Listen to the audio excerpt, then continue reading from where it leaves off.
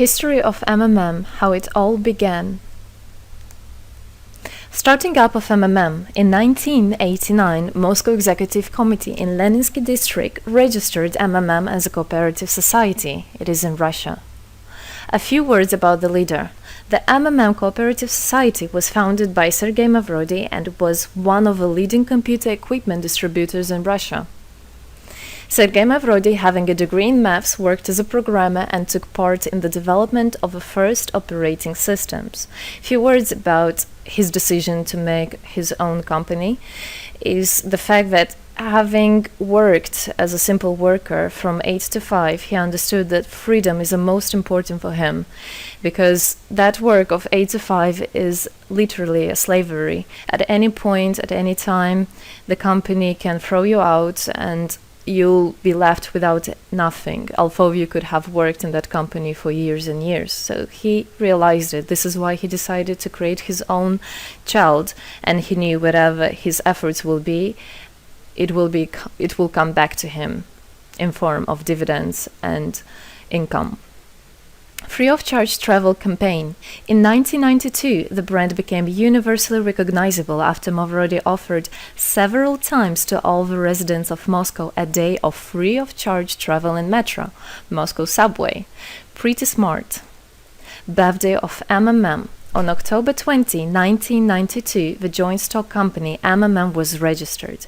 In fact, it is a birthday of MMM in the traditional form in which people got used to consider it. The shares of MMM on sale. February 1st, 1994, the shares of MMM went on sale, and people immediately began to buy them. Moreover, the company willingly bought them back on a new, higher rate, which grew very fast at about 100% per month. The company's principle today is always more expensive than yesterday worked perfectly. Few words about that. Why did he do that? As you might know, in 1991, the Soviet Union fell. So if until at the time of the Soviet Union, everything that there was in the country, like properties, different companies, or whatever that was bringing some goods, was national.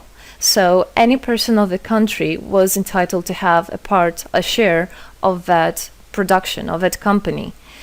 Everybody was equal. But when the Soviet Union fell, what it meant is that all the companies, all the properties had to be privatized. So you can imagine there is a company, a huge company. People worked there for years and years. And at one moment, there comes a person and says, all that is mine. Yes, this was the case. And obviously that information, that laws about the fact that it was possible to privatize was kept only for a small group of people for obvious reasons. So a simple worker who worked in that company for years and years or all his life didn't know he can actually come and say by law that that is his.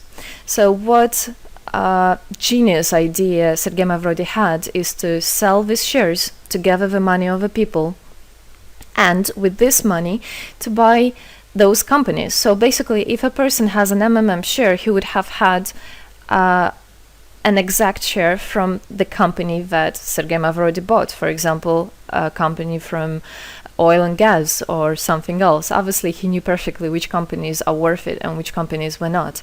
There was quite a battle there. So as you can see, his idea was great, but let's see what happens. Government is trying to hinder MMM's activities. Surprise, surprise! Planned by the Russian government, MMM 94 was intentionally collapsed. It began when tax inspectors accompanied by OMON officers passed through the crowd of depositors and went inside the central office of the company to give a notice about the planned tax inspection. Right. So obviously, the small group of people that I was talking about is the government people, is the people that have connections and so on. And they wanted, obviously, all that money, all those properties to be kept in their hands. This is how the nowadays oligarchs were made. At that moment, they had nothing. In one day, they got loads of money. And now you can know them as very rich people who made their money on the back of a nation. So obviously they did something just to provoke some panic going through the crowd. Obviously, for any financial institution, a panic is really bad. As I remind you, at that time, MMM was selling shares, was a share stock company, let's say. Mavrody's arrest. Sergei Mavrody was arrested on tax evasion charge. Really lame excuse. It wasn't at all like that. What happened, even the person that was in charge with giving the arrest, he told him that there was no other option for them. They had to do something, even though it was illegal what they were doing, but they had to do it as they were afraid of him. Because, as he said, another 2-3 months and in whole Russia there would be no government, no banks, nobody, only Sergei Mavrody, that who holds the money nowadays. This is in charge. So he was arrested, and his arrest was broadcasted live on all TV channels, obviously to show off more, to show people how bad he is, and actually the government didn't do anything wrong. On the same day, there was a storm of the central office of MMM. The company was prescribed to recover 49.9 billion rubles to the budget. Huge money. The question about the money in MMM 94 is open, as no one still can give an answer where it is. The authorities simply turned a blind eye to it, although hundreds of eyewitnesses are ready to confirm, even under oath in court, that they saw 17 trucks take out cash through the back door. So unfortunately, at that time, there was no internet, no bitcoins, no other internet wallets, and all the money were obviously kept in cash in the MMM offices. And the government took advantage of it. They just came, took it out, and then they said nothing. Moreover, they didn't say where the money went. They even made the way to make people believe that Sergei Mavrody was the one who took all those 17 trucks of money and disappeared. But obviously it wasn't the case. It was a simply lame excuse. Demonstrations against state authorities. August 1994. Thousands of MMM depositors affected by the artificial collapse of the pyramid protested and demanded to set Mavrody free.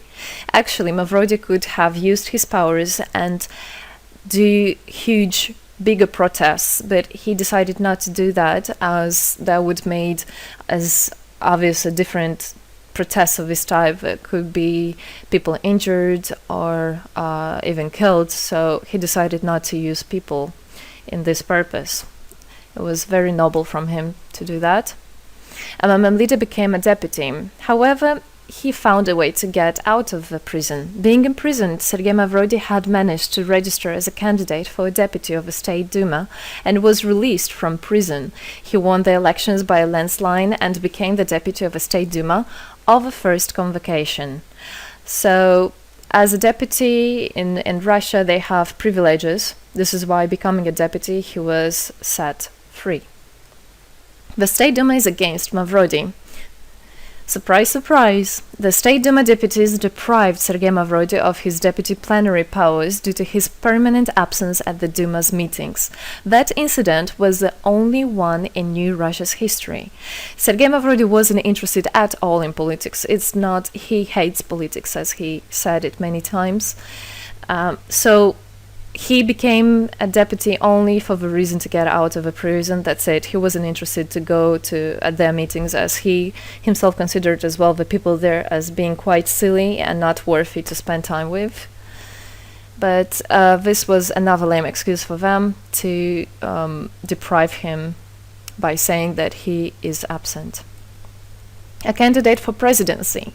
The Central Election Commission registered the authorized representatives of the initiative group that had nominated Mavrody as a candidate for the president of Russia, but subsequently rejected a significant part of the signatures in the support of a candidate, and his registration was renounced. So, for obvious reasons, they did that again. They weren't interested into having a fair president, a fair leader on top of their head. Revival of MMM, January 2011. Sergei Mavrody renounced launching a new launching a new project of MMM 2011. Together we change the world. Previously, there were simply no analogs of similar systems in the world. The film about MMM, the launch of a project fell in the same time interval with the release of Russian film about MMM Pyramid, the plot of which is based on the eponymous book in which the history of MMM is disclosed by Sergei Mavrodi. So he wrote a book, and there is a movie which I highly recommend you to watch. You can find it online on YouTube. MMM is building a new, fair financial order. June 2012, the activity of MMM made a lot of banks collapse and a huge outflow of funds from deposit accounts happened. The system numbered more than 35 million members at the time. For obvious reasons, the fight against the system started. It suffered the same fate as MMM 94, eventually collapsed. So what happened? A lot of banks, as I already said, had a huge outflow, and another minus of the system of that time was that it wasn't really quite a community, because the money was still kept by the managers in MMM. So it wasn't the same idea as it is now, comparing it now, where people exchange money between themselves. You don't need to put it in a central account. At that time, there were central accounts, and it was again used by the banks. They simply blocked those accounts that they identified as being of MMM and took all the money away, and that's it. There were no other discussion about that. Again, huge loss of money. People lost a lot of money. Sergei Mavrodi didn't get all of them. It was again the banks that took the advantage of it. MMM 2012 is just the beginning. I'll be back. Sergei Mavrodi announced the launch of a completely new MMM, World Mutual Aid Fund, MMM community. It speeded up since the first day, showing crazy dynamics on new members' registration. It has been decided to send 10% of the whole turnover on payments to the affected members of MMM 2011. So again, another genius idea. In order not to make central accounts, in order not to gather the money somewhere, now the money are spread directly between participant itself. You can just check in your account online whom you should transfer the money to. So MMM now is connecting all the people between themselves in exchange, so that they can exchange the money and get benefits of it. It's amazing and it's crazy, but it is true. MMM is growing. Some short facts. 2012, MMM started its development in India. It had great, huge developments. 2012-2013, following India, MMM Bangladesh was launched as well. 2013, MMM Indonesia was launched. 2014, MMM Hong Kong. And it's not the end. MMM Global, 2014. MMM Global started up in the spring 2014. It is a voluntary network, a community of millions and millions of people from more than 100 countries worldwide. So there is already MMM settled in Argentina, Brazil, Philippines, Hong Kong, and other. And all the rest of people in the world from all the countries of the world are able to participate as well. So they rebelled against the financial slavery and combined their money for this purpose. So how it is possible? MMM, the Republic of Bitcoin. Bitcoin is another genius idea to set the world free. For MMM Global participants' convenience, there were some 20 ideas on funds transfers implemented. From now on, all the countries where you can buy and sell Bitcoins can be registered in a branch of Free People of the Republic of Bitcoin. Thus, there is no barriers to develop MMM in small countries due to their restrictions on the international bank transfers. Banks. This is not something that we would want to use, as the banks can anytime put restriction on an account or even block an account and take all the money. Yes, the banks can do that. Read better your contract. So, Bitcoins is really genius idea to do that. Join MMM Global, join our community, set the world free. Don't hesitate, don't even think of going back, just go always forward. We are writing the history right here and right now. We are not going to be any more slaves working from 8 to 5, having pennies for that. We want to hold our own money and to get the benefits of it. I don't want a bank to use my money for their own purposes. I want us people, free people, to use our money, to exchange the money when it is needed, and to help each other. This is really a great idea. And join us, write the history here today with us, and together we will indeed change the world.